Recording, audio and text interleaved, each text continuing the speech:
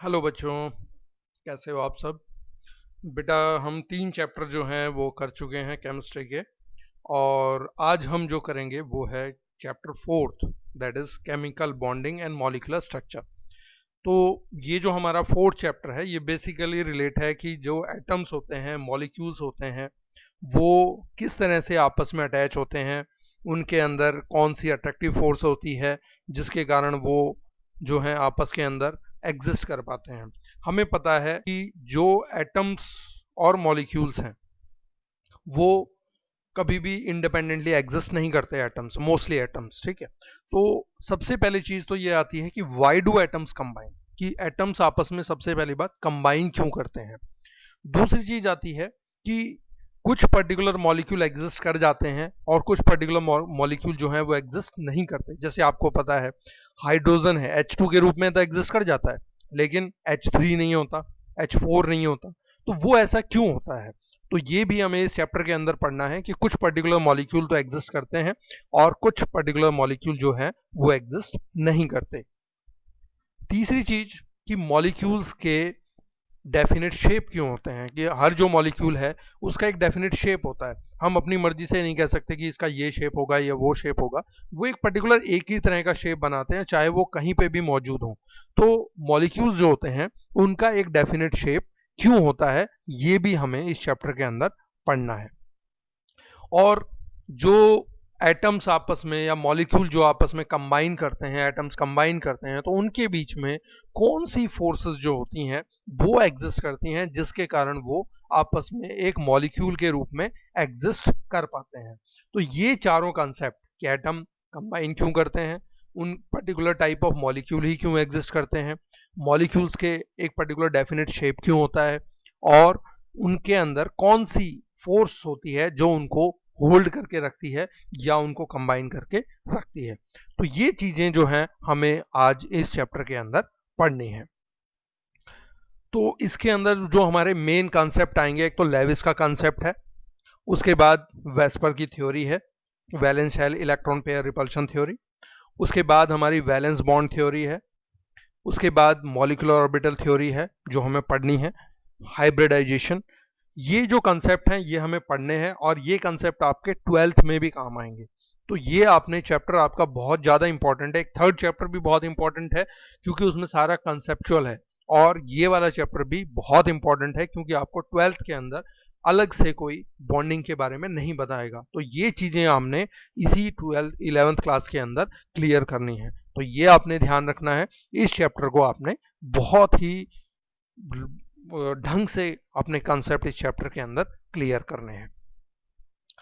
और एक और टाइप की जो बॉन्डिंग है वो है हाइड्रोजन बॉन्डिंग, उसके बारे में भी हमें इस चैप्टर के अंदर पढ़ना है। तो ये 6 तरह की जो है मेन जो बॉन्डिंग्स हैं या जो कंसेप्ट्स हैं, या बॉन्डिंग क्यों होती है, किस तरह होती है, ये जो कंसेप्ट्स हैं अलग अलग साइंटिस्ट के, वो चीज़ें हमें इस चैप्टर के अंदर पढ़ना। जो कंसेप्ट दिया है कि वो आपस में अपना ऑक्टेट पूरा करने के लिए करते हैं, यानी आउटर मोस्ट शेल के अंदर अपने 8 इलेक्ट्रॉन पूरे करने के लिए करते हैं। अब वो कैसे कर सकते हैं, या तो वो क्या कर सकते हैं, ट्रांसफर ऑफ इलेक्ट्रॉन कर सकते हैं, कि एक एटम दूसरे एटम को इलेक्ट्रॉन्स प्रोवाइड कर दे तो दूसरे का भी ऑक्टेट पूरा हो जाए और जो जिसने दिया है उसका भी ऑक्टेट पूरा हो जाए, तो उसको हम कहते हैं ट्रांसफर ऑफ इलेक्ट्रॉन्स। तो जब ट्रांसफर ऑफ इलेक्ट्रॉन्स होता है तो वो आपका बनता है आयनिक बॉन्ड। और जब वो आपस में शेयरिंग करते हैं, दोनों बराबर आपस के अंदर अपने इक्वल अमाउंट ऑफ इलेक्ट्रॉन्स जो हैं उनको शेयर कर लेते हैं, तो वो बन जाता है कोवेलेंट बॉन्ड। ठीक है। तो सबसे पहली बात तो लेविस और कौशल ने ऑक्टेट का जो है कंसेप्ट दिया था। ऑक्टेट का कंसेप्ट ये कहता है कि वो आपस में बॉन्डिंग किस लिए करते हैं, वो आपस में बॉन्डिंग करते हैं अपना ऑक्टेट पूरा करने के लिए। और वो दो तरह से कर सकते हैं, एक तो ट्रांसफर ऑफ इलेक्ट्रॉन से, जब ट्रांसफर ऑफ इलेक्ट्रॉन करेंगे तो आयनिक बॉन्ड बनेगा, या म्यूचुअल शेयरिंग ऑफ इलेक्ट्रॉन, और जब वो म्यूचुअल शेयरिंग करेंगे तो वो आपका कोवेलेंट बॉन्ड फॉर्म होगा। बेटा इसके अलावा भी और तरह की बॉन्डिंग होती है, लेकिन हम अभी फिलहाल लेविस का कंसेप्ट कर रहे हैं जो लेविस ने दिया था, तो उसी के हिसाब से हम ये बता रहे हैं कि वो दो तरह से बॉन्डिंग करते हैं, या तो ट्रांसफर ऑफ इलेक्ट्रॉन या शेयरिंग ऑफ इलेक्ट्रॉन्स। नेक्स्ट है कि जो लेविस था उसने कुछ सिंबल्स दिए थे, या उसको हम लेविस रिप्रेजेंटेशन कहते हैं। तो उसने लेविस रिप्रेजेंटेशन में क्या किया था, या लेविस इलेक्ट्रॉन डॉट स्ट्रक्चर कहते हैं, कि जो भी उसके वैलेंस इलेक्ट्रॉन है, जो आउटर मोस्ट ऑर्बिट के अंदर इलेक्ट्रॉन है, उसको उसने एक डॉट से, इलेक्ट्रॉन्स को डॉट से सिंबलाइज किया था, इसीलिए हम उसको इलेक्ट्रॉन डॉट सिंबल्स या इलेक्ट्रॉन डॉट स्ट्रक्चर कहते हैं। तो ये जो लेविस सिंबल हैं ये बेसिकली उसका रिप्रेजेंट करते हैं कितने वैलेंस इलेक्ट्रॉन हैं जो उसके बॉन्डिंग के अंदर आगे भाग लेंगे। तो वो लेविस सिंबल हम ऑलरेडी जो है 10th के अंदर पढ़ चुके हैं। जैसे फॉर एग्जांपल अगर हम पढ़ें इसके जो लेविस का कंसेप्ट था उसी के आगे इसके अंदर पढ़ेंगे हम। तो ये जो हमने बॉन्डिंग दो तरह की पढ़ ली है, ionic bond and covalent bond, एक और कोऑर्डिनेट बॉन्ड है, वो लेविस का कंसेप्ट नहीं है लेकिन उसको भी हमने पढ़ना है। ठीक है, तो चलते हैं हम आगे। एक मेटालिक बॉन्डिंग भी है, हाइड्रोजन बॉन्डिंग भी है, लेकिन ये लेविस के कॉन्सेप्ट में नहीं है। लेविस का कॉन्सेप्ट सिर्फ आपका आयनिक बॉन्ड और कोवेलेंट बॉन्ड के अंदर ही आता है। ठीक है, सोडियम के एटम के अंदर एक इलेक्ट्रॉन जो है वो है यहाँ पे लास्ट वाली में 281, आपको पता है उसका एटॉमिक नंबर होता है। तो अगर ये एक इलेक्ट्रॉन दे दे तो इसका ऑक्टेट क्या हो जाएगा, पूरा हो जाएगा। तो ये क्या करेगा, जो पहले वाला जो स्ट्रक्चर है वो एक इलेक्ट्रॉन देगा, और दूसरे वाले स्ट्रक्चर के अंदर अगर आप जाओगे तो उसमें देखोगे 7 इलेक्ट्रॉन आउटर मोस्ट ऑर्बिट के अंदर। तो वो क्या करेगा, एक इलेक्ट्रॉन लेगा और उससे उसके आउटर मोस्ट ऑर्बिट में एक इलेक्ट्रॉन हो जाएगा।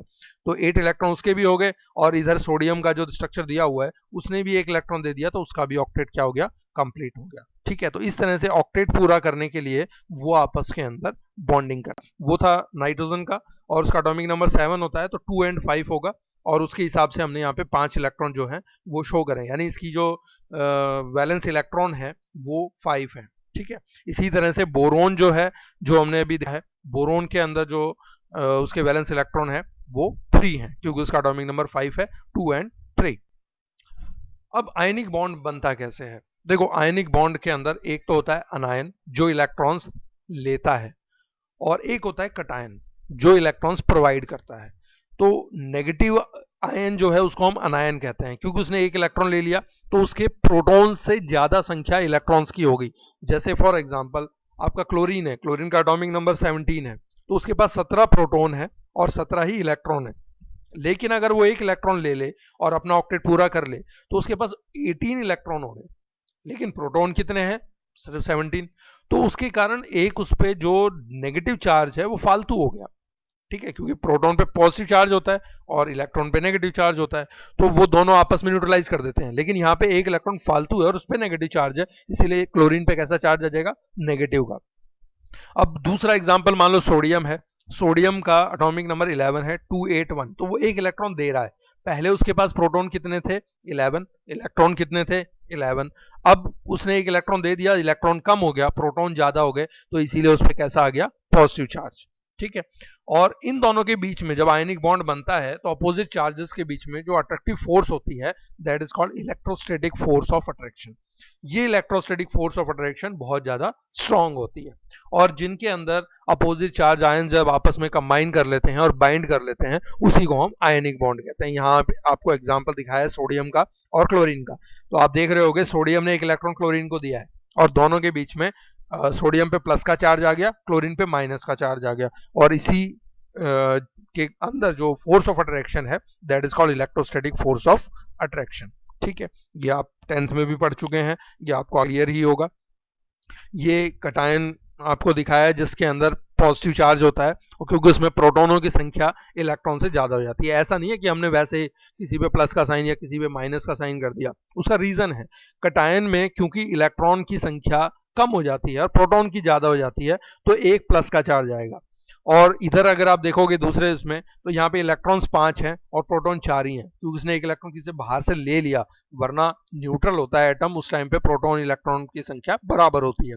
तो यहाँ पे अब कैसा आ गया, नेगेटिव चार्ज। तो अनायन पे हमेशा नेगेटिव चार्ज क्यों होता है, क्योंकि उसके पास में ज्यादा इलेक्ट्रॉन्स होते हैं एज कंपेयर टू प्रोटॉन्स। ठीक है, हेलो बच्चों, कैसे हो आप सब। बेटा हम 3 चैप्टर जो हैं वो कर चुके हैं केमिस्ट्री के, और आज हम जो करेंगे वो है chapter 4th, that is chemical bonding and molecular structure. तो ये जो हमारा 4th चैप्टर है ये बेसिकली रिलेट है कि जो एटम्स होते हैं, मॉलिक्यूल्स होते हैं, वो किस तरह से आपस में अटैच होते हैं, उनके अंदर कौन सी अट्रैक्टिव फोर्स होती है जिसके कारण वो जो है आपस के अंदर एग्जिस्ट कर पाते हैं। हमें पता है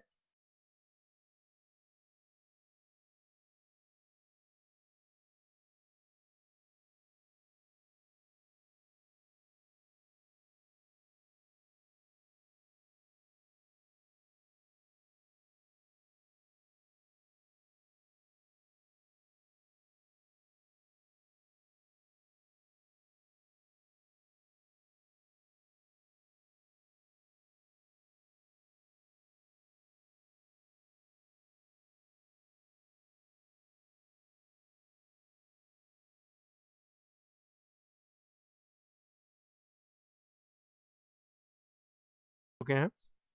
एक और एग्जांपल देखते हैं मैग्नीशियम क्लोराइड का। देखो मैग्नीशियम का एटॉमिक नंबर 12 होता है, उसके आउटर मोस्ट शेल में 2 इलेक्ट्रॉन्स हैं, देखो रेड मार्क से दिखाया भी हुआ है। और अगर वो क्लोरीन के साथ बॉन्ड करे तो 2 क्लोरीन के एटम उसके साथ बाइंड कर सकते हैं, क्योंकि वो 2 इलेक्ट्रॉन दे सकता है। तो एक क्लोरीन को 1 इलेक्ट्रॉन चाहिए, तो 2 क्लोरीन के एटम्स को 1-1 इलेक्ट्रॉन मिल जाएगा। तो वहां पे मैग्नीशियम क्या करेगा, दोनों क्लोरीन को 1-1 इलेक्ट्रॉन दे देगा। अब मैग्नीशियम ने 2 इलेक्ट्रॉन दिए हैं, तो मैग्नीशियम पे 2 प्लस का चार्ज आ गया, क्योंकि उसके 2 इलेक्ट्रॉन कम है, 2 प्रोटॉन फालतू हैं एज कंपेयर टू इलेक्ट्रॉन्स। उसके बाद क्लोरीन ने 1-1 इलेक्ट्रॉन लिया है, तो दोनों क्लोरीन पे माइनस माइनस का चार्ज आएगा। अब देखो ये इलेक्ट्रोस्टैटिक फोर्स ऑफ अट्रैक्शन हुई है दोनों के बीच में, मैग्नीशियम और क्लोराइड के बीच में। और अगर हमें पता है मैग्नीशियम क्लोराइड का जो फॉर्मूला होता है MgCl2 होता है, ठीक है। वो इसीलिए है कि मैग्नीशियम के पास 2 इलेक्ट्रॉन है और वो 2 इलेक्ट्रॉन दे सकता है, और 2 क्लोरीन को 2 इलेक्ट्रॉन ही चाहिए, एक क्लोरीन को 1 इलेक्ट्रॉन चाहिए, तो 2 क्लोरीन को 2 इलेक्ट्रॉन चाहिए। तो उसके कारण वो दोनों बॉन्डिंग करके अपने इलेक्ट्रॉन्स जो हैं वो पूरे कर सकते हैं। तो ये एक एग्जांपल आपका आयनिक कंपाउंड एक पहले हमने पढ़ लिया NaCl का, ये आपका दूसरा है MgCl2 का।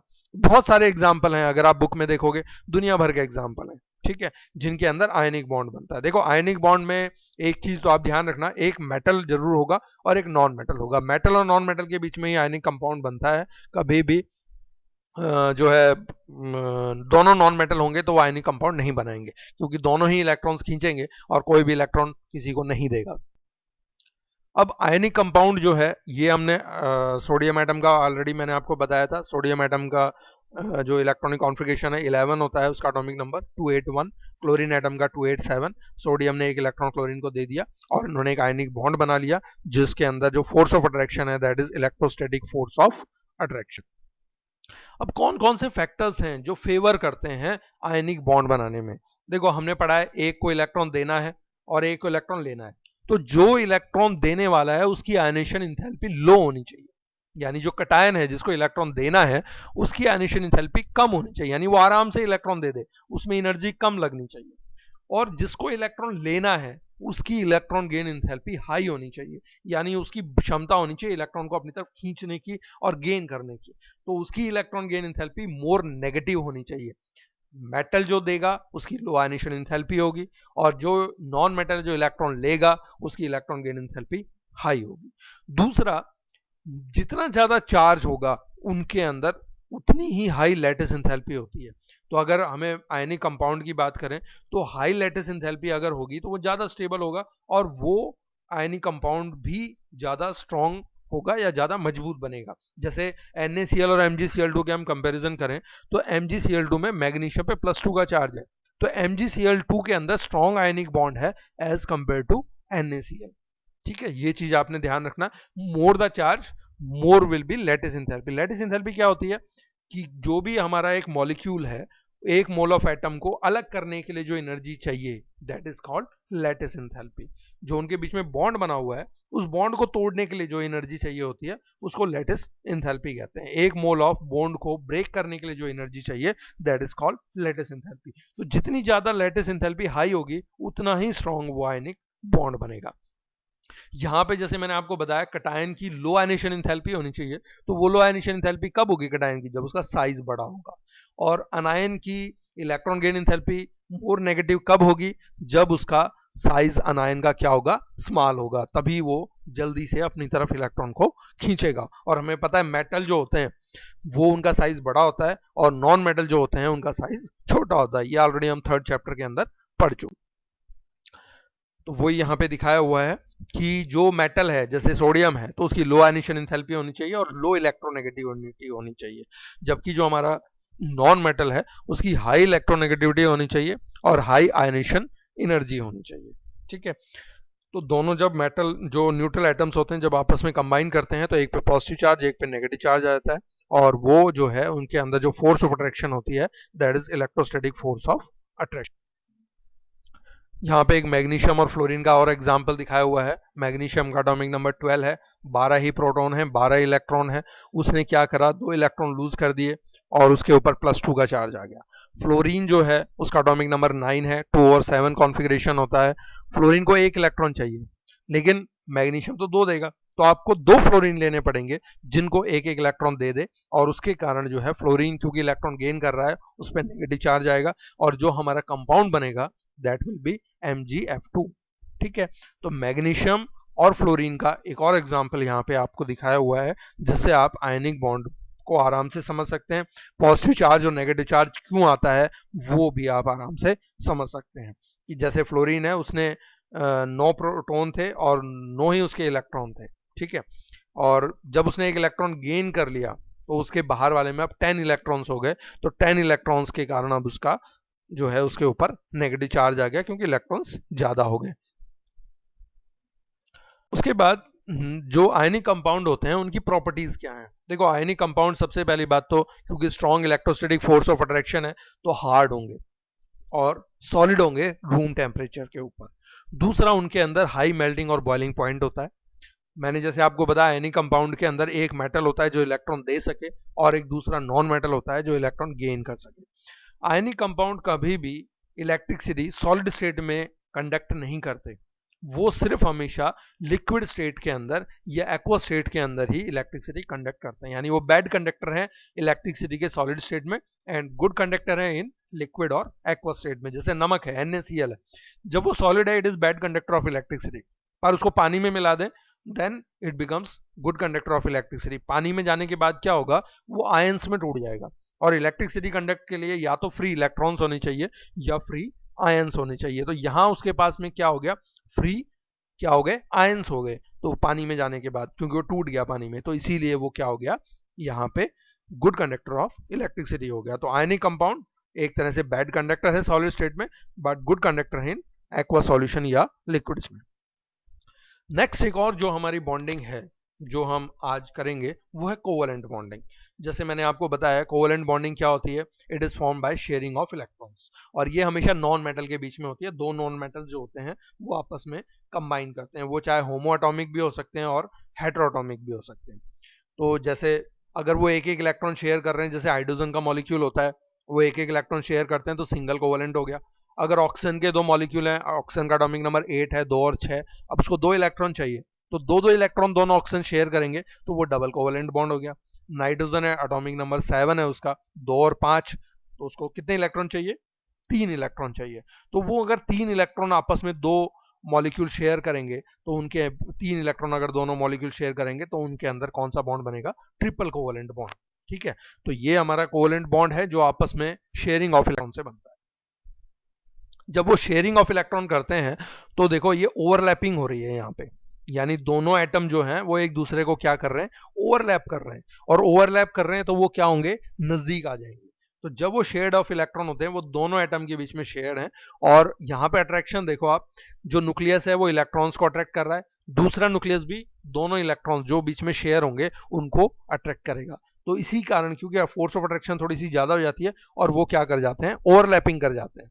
ठीक है, आयनिक कंपाउंड में ओवरलैपिंग नहीं होती, आयनिक कंपाउंड में एक ने इलेक्ट्रॉन दे दिया एक ने इलेक्ट्रॉन ले लिया तो वहां ओवरलैपिंग नहीं होती, कोवेलेंट कंपाउंड ओवरलैपिंग होती है। ये आपका एग्जांपल है H2 का, हाइड्रोजन ने एक एक इलेक्ट्रॉन दोनों ने, जो उनके पास एटॉमिक नंबर भी एक है और एक एक वैलेंस इलेक्ट्रॉन है, दोनों ने शेयर कर लिए और दोनों ने डुप्लेट बना लिया। ठीक है, ऑक्टेट नहीं बनाया, डुप्लेट बनाया, 2 इलेक्ट्रॉन पूरे करे। ठीक है, इसी तरह से ये एक और है CH4 मिथेन जो आपने 10th में पढ़ा हुआ है। तो यहाँ पे कार्बन जो है उसका एटॉमिक नंबर 6 होता है, 2 और 4, तो 4 इलेक्ट्रॉन चाहिए उसको, 4 इलेक्ट्रॉन कोई देगा नहीं, तो वो 4 हाइड्रोजन के साथ क्या कर रहा है, शेयरिंग ऑफ इलेक्ट्रॉन कर रहा है, और शेयरिंग ऑफ इलेक्ट्रॉन करके अपना ऑक्टेट पूरा कर रहा है। तो यहाँ पे भी जो बॉन्ड बन रहा है that is covalent bond. Homo atomic भी हो सकते हैं, होमो एटॉमिक जैसे हाइड्रोजन, ऑक्सीजन और क्लोरीन। ठीक है, और मैंने आपको पीछे नाइट्रोजन बताया था, तो ये होमोटॉमिक यानी एक ही तरह के एटम आपस में कंबाइन कर रहे हैं। और यहाँ पे देखो हेट्रोटॉमिक है मीथेन, क्योंकि इसमें एक कार्बन है और एक हाइड्रोजन है, तो हेट्रोटॉमिक भी कोवेलेंट बॉन्ड बना सकते हैं और होमोटॉमिक।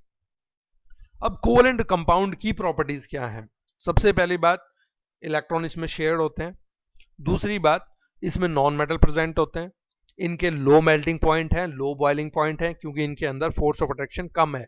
जो मैंने आपको आयनिक बॉन्ड बनाया था उसमें बताया था कि आयनिक कंपाउंड के अंदर इलेक्ट्रोस्टैटिक फोर्स ऑफ अट्रैक्शन है जो बहुत ज्यादा स्ट्रांग होती है, तो इसीलिए उनके मेल्टिंग पॉइंट बॉइलिंग पॉइंट भी हाई है, हार्ड भी है वो और सॉलिड स्टेट में भी है। ये जो कोवेलेंट कंपाउंड है they normally exist in gaseous or liquid state. Some are solid but mostly are gaseous and liquid state. They do not conduct electricity, ये कंडक्ट नहीं करते इलेक्ट्रिसिटी, जबकि हमारे आयनिक कंपाउंड जो थे वो लिक्विड स्टेट में या एक्वा स्टेट में इलेक्ट्रिसिटी कंडक्ट कर रहे थे. आयनिक कंपाउंड जो थे हमारे वो पानी में डिजोल्व हो जाते हैं, they are soluble in water, but covalent compound they do not dissolve in water. यहां पे जो है अगर कोवेलेंट कंपाउंड हम कह रहे हैं कि वो सॉलिड स्टेट में भी एग्जिस्ट कर रहा है तो वो ही करेगा जिसका साइज बड़ा है. तो साइज बड़ा होने से क्या होता है, एक और फोर्स ऑफ अट्रैक्शन आ जाती है और उसके कारण वो सॉलिड स्टेट हो जाता है, वरना ये ज्यादातर लिक्विड स्टेट या गैसियस स्टेट में ही एग्जिस्ट करते हैं. जो ये है मेनली उनके अंदर नॉन मेटल्स हैं और ज्यादातर उनके अंदर शेयरिंग ऑफ इलेक्ट्रॉन होती है. शेयरिंग ऑफ इलेक्ट्रॉन एक भी हो सकता है, दो भी हो सकता है, तीन भी हो सकता है. ठीक है, तो उस तरह से शेयरिंग ऑफ इलेक्ट्रॉन करके कोवेलेंट बॉन्ड फॉर्म करें. अब अगर हम कंपैरिजन करें आयनिक कंपाउंड और कोवेलेंट कंपाउंड का, तो आयनिक कंपाउंड मेटल और नॉन मेटल से मिलकर बनते हैं, जबकि कोवेलेंट कंपाउंड हमारे नॉन मेटल से बनते हैं. आयनिक कंपाउंड के अंदर स्ट्रॉन्गर बॉन्डिंग है, जबकि हमारे कोवेलेंट कंपाउंड के अंदर वीकर बॉन्ड है. आयनिक कंपाउंड में कौन सी फोर्स ऑफ अट्रैक्शन है, इलेक्ट्रोस्टैटिक फोर्स ऑफ अट्रैक्शन. ये आयनिक कंपाउंड हार्ड होते हैं, ब्रिटल होते हैं, जबकि कोवेलेंट कंपाउंड जो है दीज आर लिक्विड और गैसियस स्टेट. जो हमारे आयनिक कंपाउंड है वाटर में डिजोल्व हो जाते हैं, जबकि कोवेलेंट कंपाउंड वाटर में डिजोल्व नहीं होते. आयनिक कंपाउंड कंडक्ट करते हैं electricity when dissolved in water, जबकि covalent compound never conduct electricity. Ionic compound के मेल्टिंग पॉइंट और बॉइलिंग पॉइंट हाई होते हैं, जबकि कोवेलेंट कंपाउंड के अंदर क्योंकि वीक फोर्स ऑफ अट्रैक्शन है तो इनके मेल्टिंग पॉइंट और बॉइलिंग पॉइंट बहुत ज्यादा लो होते हैं. आयनिक कंपाउंड के एग्जांपल आपने पढ़ लिए, NaCl है, MgCl2 है, ठीक है, Na2O है. कोवेलेंट कंपाउंड के अंदर आपका H2 है, O2 है, Cl2 है, N2 है, ठीक है, मिथेन था, CH4. बहुत सारे कंपाउंड है कोवेलेंट कंपाउंड के एग्जांपल में भी. तो आयनिक कंपाउंड और कोवेलेंट कंपाउंड कैसे बनते हैं, क्यों बनते हैं, ये हमने लेविस के कॉन्सेप्ट से पढ़ा. कि लेविस ने कहा था कि जो भी ये बॉन्डिंग करते हैं वो किस लिए करते हैं, वो अपना ऑक्टेट पूरा करने के लिए. तो ये हमारा आयनिक और कोवेलेंट कंपाउंड का कंसेप्ट था. उम्मीद करता हूं ये आपको क्लियर होगा, क्योंकि ऑलरेडी हम 10th में ये पढ़ चुके हैं, तो आपको थोड़ा इजी भी लगेगा. वैसे चैप्टर भी बहुत इजी है अगर आप समझेंगे तो, लेकिन अगर आप रटोगे तो बहुत डिफिकल्ट लगेगा. इसलिए मैं आपसे फिर भी कह रहा हूं, साइंस जो है बेसिकली वो समझने की चीज है. अगर आप समझते रहोगे तो आप अपनी लैंग्वेज में उसको लिख सकते हो और वो बहुत ईजी लगेगा. लेकिन अगर आप उसको रॉट करने की कोशिश करोगे, रॉट मेमोरी में डालने की कोशिश करोगे, तो हमारे जो ब्रेन है उसकी मेमोरी की भी एक लिमिट है, वो उतना ही याद कर पाएगी जो उसकी लिमिट है. तो उस चक्कर में आप ना पड़े, समझने की कोशिश करें. बहुत इजी लगेगी आपको साइंस. आर्ट्स और कॉमर्स से भी बहुत इजी लगेगी. स्कोरिंग तो है ही है, कैरियर के ऑप्शन भी बहुत ज़्यादा हैं साइंस के अंदर, लेकिन समझ के अगर आप करोगे तो ये इजीएस्ट चीज है. आपको आर्ट्स और कॉमर्स से भी बहुत इजी लगेगी. एक हवा बन जाता है कि साइंस बहुत हार्ड है, बट एक्चुअल में साइंस बहुत इजी है. जो समझ के करता है उसके लिए साइंस बिल्कुल इजी लगेगी. तो कंसेप्ट आपको समझ में आ गया होगा. लेकिन जो हमने कंसेप्ट पढ़ा लेविस का, इसमें कुछ कमियां थी, कुछ एक्सेप्शंस हैं ऑक्टेट रूल के. क्या कमियां थी, एक तो जैसे हमने H2 में पढ़ा, वहां पे क्या बन रहा था, ऑक्टेट नहीं बन रहा था, वहां डुप्लेट बना, 2 इलेक्ट्रॉन करके ही उन्होंने अपना ऑक्टेट पूरा कर लिया. दूसरी बात, जो ट्रांजिशन मेटल्स हैं उनके अंदर भी ऑक्टेट रूल फॉलो नहीं करते होता. ट्रांजिशन है तो मेटल्स, तो मेटल है तो आयनिक कंपाउंड बनाना चाहिए, लेकिन वो अलग ही तरह की बॉन्डिंग करते हैं जो हम बाद में पढ़ेंगे, मेटेलिक बॉन्डिंग. ठीक है. दूसरा, कुछ सिचुएशन के अंदर कोवेलेंट बॉन्डिंग भी फेल हो जाती है, क्योंकि जब हम कहते हैं 8 इलेक्ट्रॉन होने चाहिए लेकिन कई हैं PCl5, उसमें 10 इलेक्ट्रॉन है, तो 8 इलेक्ट्रॉन वाला कंसेप्ट PCl5 में फेल हो गया. H2 के अंदर भी फेल ही है, क्योंकि वहां पे डुप्लेट हो रहा है, ऑक्टेट नहीं हो रहा. ठीक है.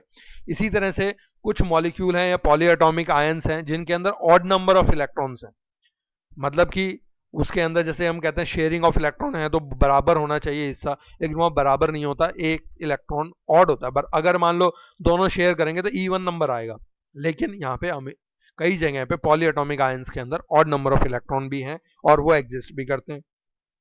जो कुछ एटम है जिनके अंदर फीवर नंबर है वैलेंस इलेक्ट्रॉन से, जैसे मैंने आपको H2 में बताया. कुछ एटम ऐसे हैं जिनके अंदर मोर नंबर हैं, जैसे PCl5 मैंने आपको बताया कि ऑक्टेट में जितने होने चाहिए उससे ज्यादा उसके अंदर जो है इलेक्ट्रॉन्स मौजूद हैं. ठीक है, पॉली एटॉमिक के अंदर। तो इस तरह से जो लेविस का कंसेप्ट था, हम ये नहीं कह सकते कि वो पूरी तरह से सही था। एक और चीज जो थी लेविस के कंसेप्ट में जो कमी थी कि उसने उनके स्ट्रक्चर के बारे में कुछ नहीं बताया।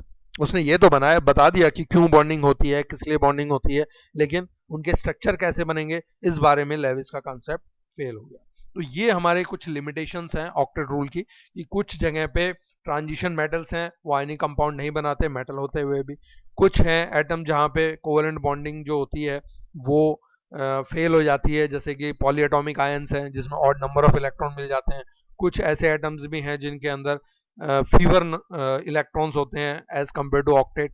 कुछ ऐसे हैं जिनमें ऑक्टेट से भी ज्यादा इलेक्ट्रॉन हो जाते हैं, जैसे PCl5 है जहाँ पे 10 इलेक्ट्रॉन हो गए, तो वहां पे ये कमी है। एक और कमी जो है वो शेप के बारे में है। एक और कमी जो है वो मैग्नेटिक बिहेवियर के बारे में नहीं बताता कि कौन सा मॉलिक्यूल मैग्नेट से अट्रैक्ट होगा, कौन सा मैग्नेट से अट्रैक्ट नहीं होगा। तो ये कुछ हमारी शॉर्टकमिंग्स हैं जिसके कारण हम ये नहीं कह सकते कि यही कंसेप्ट था जिसके कारण बॉन्डिंग होती है। यानी कुछ और कंसेप्ट भी हैं और कुछ और चीजें भी हैं, और तरह की बॉन्डिंग भी है, तो वो हम अपने नेक्स्ट उसके अंदर वीडियो के अंदर पढ़ेंगे। तो यहाँ पर आज जो हमने पढ़ा है, एक तो सबसे पहले बात बॉन्डिंग क्या है, मॉलिक्यूल बॉन्डिंग क्यों करते हैं, लेविस के अनुसार तो ऑक्टेट पूरा करने के लिए करते हैं, ठीक है। उसके बाद हमने आज दो तरह की बॉन्डिंग पढ़ी है, आयनिक बॉन्डिंग, कोवेलेंट बॉन्डिंग। उसके बाद हमने पढ़ा है कि आयनिक और कोवेलेंट बॉन्डिंग में क्या डिफरेंस है, उनके एटम्स में क्या डिफरेंस है, कंपाउंड में क्या डिफरेंस है। उसके बाद हमने पढ़ा है कि ऑक्टेट रूल में क्या कमियां थी जिसके कारण जो लेविस का और कौशल का जो कंसेप्ट था वो पूरी तरह से सही नहीं हुआ। तो ये चीजें जो हैं जो हमने यहाँ आज क्लियर कर ली हैं। अगर आपको फिर भी कोई डाउट है आप मुझसे फ़ोन कर सकते हैं, आप मुझसे व्हाट्सएप पे व्हाट्सएप पे मैसेज करके पूछ सकते हैं। तो वो आपको जो भी है वो आपको क्लियर करके जानी है। उम्मीद करता हूँ ये जो टॉपिक्स हमने पढ़े हैं वो आपको पूरी तरह से समझ में आए होंगे और आपके लिए ये बिल्कुल ईजी टॉपिक होंगे। तो नेक्स्ट वीडियो के अंदर हम आएंगे कुछ नई तरह टाइप ऑफ बॉन्डिंग के लिए। तब तक पढ़ते रहिए, इंजॉय करते रहिए और अपने आप को सेफ रखिए कोरोना से। Thank you.